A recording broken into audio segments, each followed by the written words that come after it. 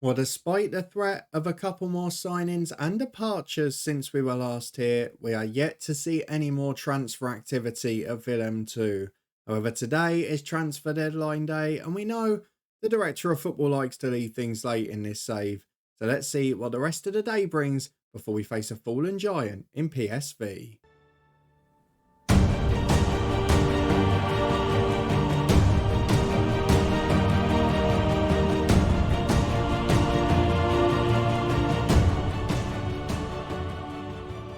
Yes, hello and welcome along to part 8 of the Coach's Head with me, Daniel. We are back today for transfer deadline day, just a few games into the new season. You can find a summer transfer special from Friday up in the eye above if you missed it. We did have a few new signings and a few departures, and I would expect there to be a little bit more today, but you never know, we might be surprised. We're still without our first choice goalkeeper. Jamal Gonzaga has got injured again, the least surprising news you could expect. And of course, Nigel Thomas is still out for the long haul. But despite that, you can see we've had a decent start to the season. If you're looking forward to seeing what deadline day brings, as well as a big game at home to PSV, who struggled last year and have struggled at the start again, then please do put a thumbs up on the video. We're going to get through a bit later and have a look at the results so far this season, including a big last game against Vitesse. And we'll also play PSV after deadline day. But will we have the same standard of squad? Well, we're going to head into deadline day now because there are 16 hours to go before the window closes at midnight. And there are a few deals that we're being linked with both in and out. A few to Palermo, which seems a little bit strange. They're going on a trolley dash on deadline day. Knockvarsen, I wouldn't want to lose on loan. Same for Van Berkel. And I don't really want to lose Lachkar at all. But if one of those two goes, we can cope with it. Doesn't mean I want it to happen. I'll show you quickly the players we've been linked with. We'd seen nothing about any of these three prior to today. And our transfer budget is still in the negatives because we haven't had a big sale. Youssef Arabi from Twente is a link. Now he is a striker with real quality. And he's got the jumping reach, he's got the strength. But we're good in that role. I'm not sure we need one there. There's also another link for a striker from Volendam, who is Cas Reinders at 21. Very different type of striker, likes to run in behind, gives us a different option and can play off both flanks as well. But I'm not sure they're going to let their best striker go in a top tier on loan for the season. I think that might be wishful thinking. And then Rick Meissen from Sparta Rotterdam is a cheap centre-half. That's the sort of average deal for a transfer listed player that I think we might see happen. But to do it, there's going to need to be a change on the transfer budget because it's still under, despite the fact there is a massive wage budget available, but there's nothing that can be changed here. So I'm wondering if the director of football has almost got his hands tied unless he can sell maybe a Lachkar, and maybe that's why he wants to do it. We're not going to worry about the ifs, buts and maybes though. We're going to wait and see what actually happens. We're going to take part in transfer deadline day. There are 16 hours remaining. Maybe we can put some money on the meter ourselves though by talking about our partners for today's video. They've got a special offer for you, and let's see if it can help us on deadline day.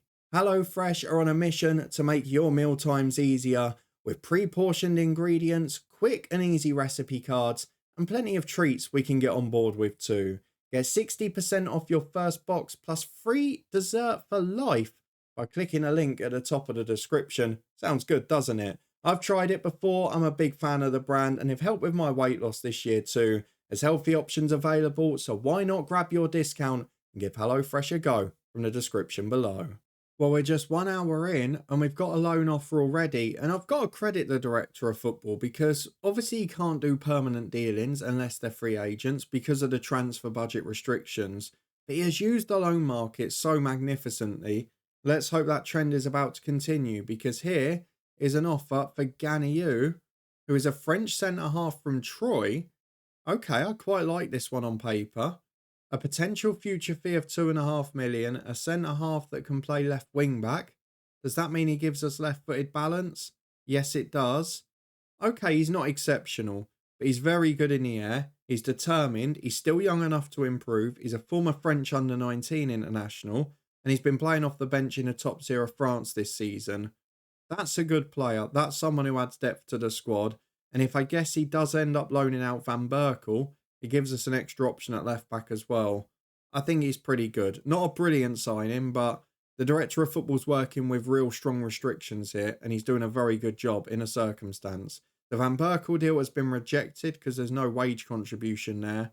And Arslan is a youngster who an offer has been rejected for. He came in the youth intake last year. I'd imagine if the price is right, he'll probably be let go. 1 hour in, and we've already got good news. Well, followed an hour later by the news that the offer has been accepted. 9 grand a week wage contribution. It says important player. I'm not sure we can do that, but he'll feature a fair amount. And then the optional future fee, only half of it is up front. So he's trying to protect himself for future windows as well, which I really like the idea of. And if we have a look at it now, Thomas beginning his rehabilitation phase is important for us. He'll almost be like a new signing when he returns. And there's no sign yet of anyone going out, though. We have got our message about Amine Lachkar, who I'm a big fan of. He's a versatile player. He's a good player. And his value apparently is closer to 4.5 million. That's a deal I maybe would accept. We are going to say I don't want to sell, so it will need to be a good offer. All we can do here with no say in transfer staffing and contracts is give out hints via the media, give out hints in the backroom advice, and hope that they're followed. With 13 hours remaining, looks like the first deal of the day might well be an in. Well, 12 hours of deadline day remaining, and we have our first sign-in at the end of the transfer window. Pierre Ismailo Ganiu has joined on a loan deal with an option to extend. 3-star ability according to the coaches, who don't rate him quite so well. 4-star potential, which suggests he could get better with football. That gives us him, Mendes, Ehrman and Santiago, 4 really good centre-halves. Gives us a third option at left-back of significant quality. It's a really good deal. He's given us a good squad and almost more depth than we probably need to compete. But I guess he's thinking about the future and whether next summer, if there is a big departure, he can then afford to sign these guys permanently. I'm going to ask Santiago to welcome him. We're going to hope the rest of the day is quiet. If you have a look at our senior squad, I'm a bit worried about the fact that Dokic, Hall, Lachkar, Van Berkel, Nokvarsen all wanted at the minute. So we'll see what the rest of the day brings. But we've got enough squad depth to cope with most players departing now. I just hope that there's not going to be a surprise exodus at the end. Fingers crossed, the director of football, he can stay in the good books for 12 more hours. Well, this is perhaps where it all starts to go wrong on the other front, because there are 6 hours remaining and we are starting to get offers galore for the players that we already hold. Now, first of all, loan offers for Nokvarsen have been rejected. I knew that already, including Premier League Wolves. That is a surprise.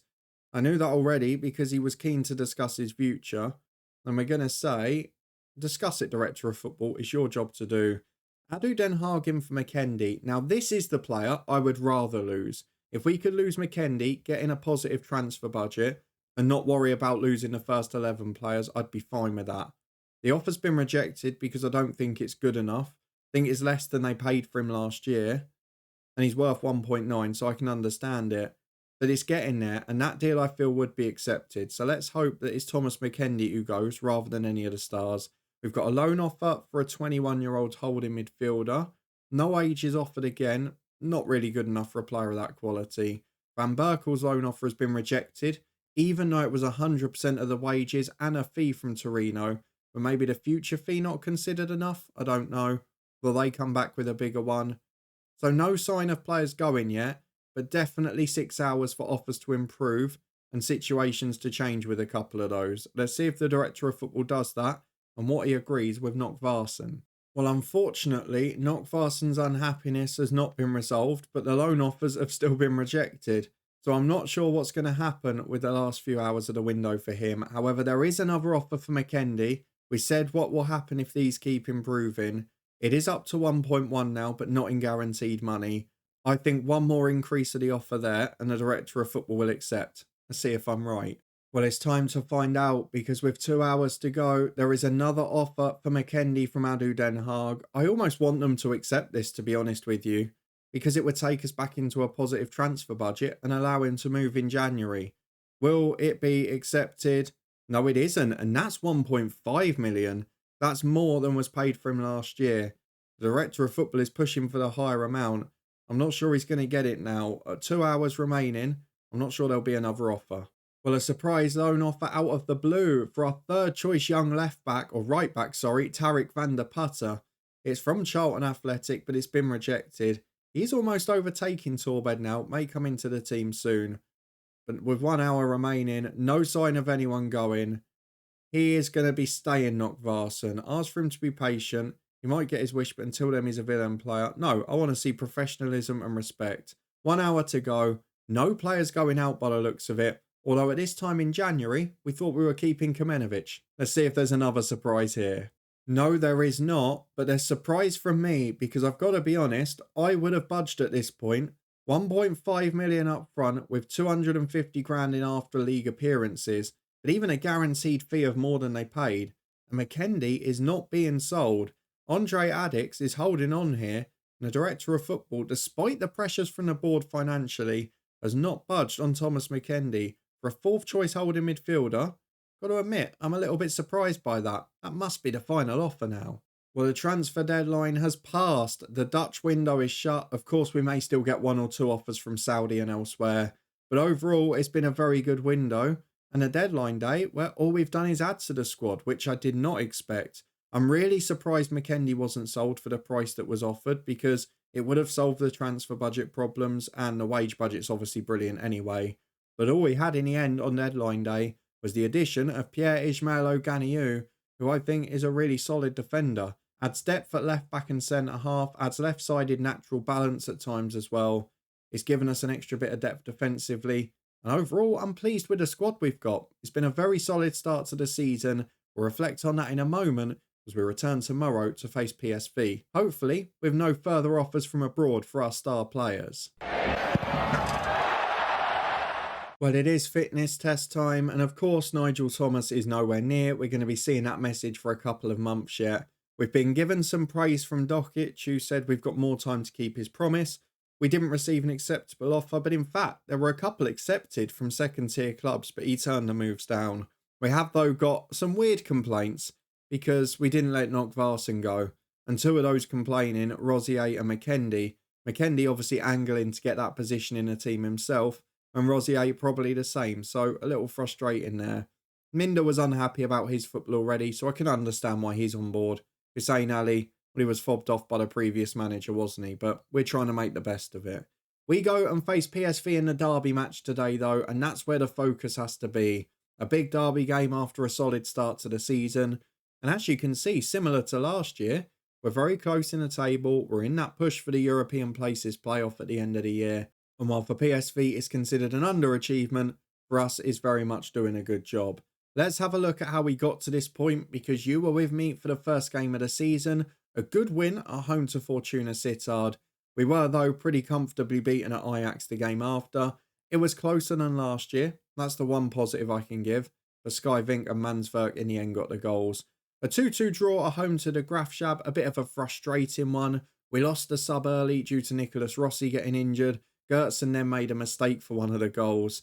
We did come back and get a 2-2 draw, though. It was a late penalty from Pratajin, who so far has looked very good this year. He scored against Vitesse with a big goal to get us 1-0 up there. It did look like we got pegged back late on. In the 93rd minute, Othman Boussaid, who I am determined to make a success here, turned up with a big goal. A really good moment for him. Another injury for Gonzaga. And a few more players starting to integrate, which is nice too. It leads us into this stretch of games where on paper, we would expect some results. PSV is a tough one, but they've not been great in recent seasons. We then face ADO Den Haag, FC Emmen and Sparta Rotterdam, who have had mixed times at the start of this season and the end of last. Next month is a very difficult one as well because we face AZ and Utrecht away, two of the top sides, before Feyenoord at the start of November. It's a bit of a spaced out season because there's not that many fixtures if you don't get through in the cup, and there's not a lot of fixtures if you don't play in Europe. So we're in a position where some months we've only got 2 or 3 games, though I'd rather have that Christmas schedule than the ones we've been battling in the UK in recent editions of the game. So let's go and get through to the tactical meeting. It is Willem II versus PSV. They've still got some names you'll probably recognise. Max Verber at left back, Jens at centre half, Shalov up front, a good name as well. But we've got the ability to do a job against them. We know they've struggled in recent seasons. We know the atmosphere is going to be great at the stadium. And the only player we've got to replace today is the number 10 Gonzaga. Now he is going to drop out for Grudem, the experienced man, with Ganiu coming onto the bench for his potential debut. Have we got a full bench aside? No, we need a sub-goalkeeper, don't we? Nicholas Rossi is out. The reserve keeper, I think, played today already. Let's see if he's about. No, he's okay. Geordie Steins will come onto the bench. But overall, a very good team. This is the 11 we're going to go for. I'm settled at the moment, so I'm not going to change much. We've gone for Geertsen in goal because he's the only one fit. Hall and Dokic the fullbacks with Ehrman and Sinjago centre-half. Yes, you could argue Mendes is as good, as is the new signing now as well. But those two are playing well, so I don't want to change it. Rosier and Latchcart are holding midfielders. Beck not lived up to the brilliance of his first game again yet. Busaid, the most recent hero, on the left. And then Grerdem behind the flying Pratagin up front, who for the moment at least is keeping the young boy Bajrami out the team. Let's go and submit this for the derby game today. We've gone for the known players, we've gone for experience, and we've gone for the happy ones. And I'm hoping it's going to pay off. Let's see if it does. The fans will be expectant. Well, here we are. No changes for PSV either from their weekend match. You can see they've got a pretty settled 11 here. They have changed manager in the off-season. They've got some good players on the bench. Larson, Almeida, Bernabe as well. This is a decent team, I've got to be fair. They have improved their squad, but their season has not started brilliantly. So let's see if we can make it a bit harder for them in this first game between the two rivals. We haven't played them yet on camera, I don't think. We smash and grabbed a 1-0 just after we started at the club. At the time we thought it was a brilliant result, but it turned out to not be that great. We ended up finishing above them in the league, didn't we? You can see a lot of the big boys winning early as we're 5 gone. We are the side on top, but what have we got to show for it? We're going to encourage the lads. Just not quite as solid this season. We've let in a few goals, albeit mostly from screamers. We've not been carved open a lot of times.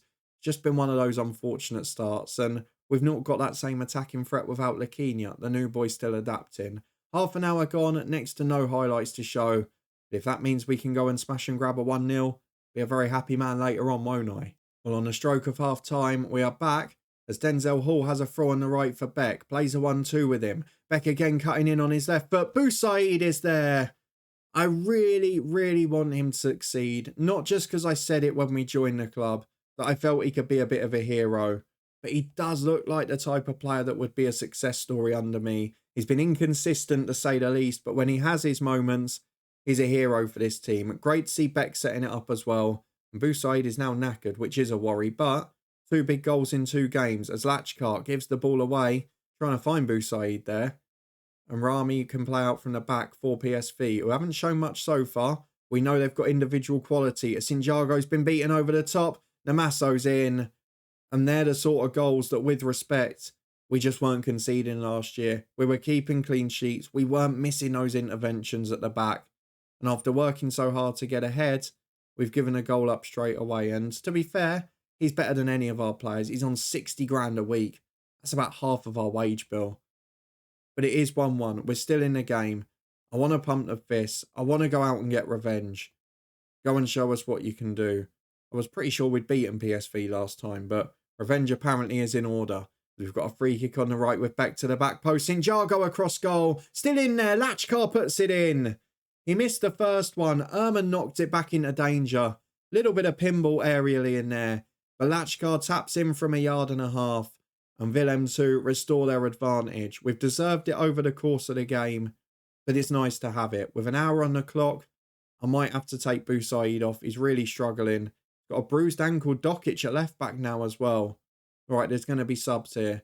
Dokic off for Van Berkel. Busaid will come off for... I'm going to go for Razak because he's got a better mentality. I'm also going to look at the front two. I've got Pratagin who can be replaced by Bajrami. No problem with that. Grerdem is one I've got to worry about because there's not a lot of quality up there now. And then we've also got Rosier struggling a bit, but he is the best at the moment. So I'm just going to leave it for 5 or 10 more minutes before we make the final 2 subs. Again, doesn't risk us going down to 10 men as Beck goes for a free kick. Tipped wide brilliantly. After me saying he's not been great since the first game, maybe Beck lives up to the cameras because his best 2 performances by a long way have come in front of you guys and was often the case for him at Viborg in FM24 as well as Razak fires one over the bar. There are 20 minutes remaining. I think we're going to have to start making more changes because there are tired legs there. As PSV give it away from the throat, Razak plays back to his keeper. Not sure about that. Sinjago to Rosier, who's going to give it away, is he? Fofana nicks it on the right. We cannot give away poor goals. Oh, St. Jago's having a nightmare. This one deflects off him. Missed the header for the first goal. Big deflection off him. I don't even think it was on target before for the second. And this is the value of not having your first choice keeper. What it takes away from the team. Rosier is going to be replaced by Mendes. We'll put Ehrman into midfield. It's not the day for Ganiu to have a debut. And then Grudem is going to be replaced by someone. I haven't yet worked out who. I can even put Minder out wide. Or I can bring Hoyce on number 10. What I could do is put Nockvarson up there. And I think that might be the route we go for. He's not the best going forward, but do I think that's the right move? Possibly. Could I put Razak in the middle? And then maybe Minder out wide? Do you know what? We'll go for that. Let's go for the aggressive changes. It's 2-2. And it's been the big difference. We're still a goal threat, but we're not keeping the clean sheets we were last year. We're not looking quite as good defensively. And although, again, these 2 goals have come down to an individual mistake and a bit of luck, as Beck puts in a free kick, will it be offside? Lachkar, great save. Oh, it's off the bar. I thought he saved that. 2-2 it remains. I've gone attacking. We're chasing this game. 5 minutes added on. Let's push. Let's try and scare them. But it's not enough.